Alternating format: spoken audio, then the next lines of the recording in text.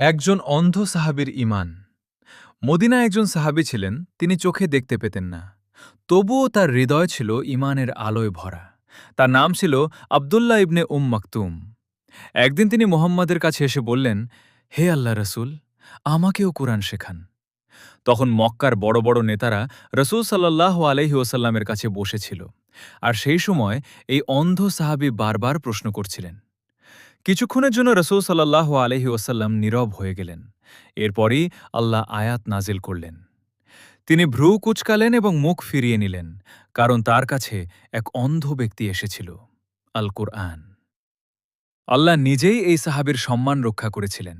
ভাবো একবার, একজন অন্ধ মানুষ যার চোখে দুনিয়া দেখা যেত না, কিন্তু যার ঈমান আকাশের চেয়েও উঁচু ছিল। পরে এই সাহাবী মদিনার মুয়াজ্জিন হন। তিনি মানুষকে নামাজের দিকে ডাকতেন। এই গল্প আমাদের শেখায়, আল্লাহর কাছে চেহারা বা সম্পদ নয়, সবচেয়ে দামি হল ঈমান। আসসালামু আলাইকুম। আমি প্রতিদিন চেষ্টা করি ভালো কিছু ভিডিও বানানোর জন্য, কিন্তু সত্যি বলতে আপনাদের সাপোর্ট ছাড়া কিছুই সম্ভব না। যদি আমার ভিডিওগুলো আপনার ভালো লাগে, তাহলে প্লিজ আমার চ্যানেলটা সাবস্ক্রাইব করে রাখবেন, আর একটা লাইক বা ফলো আমার জন্য অনেক বড় অনুপ্রেরণা। ধন্যবাদ।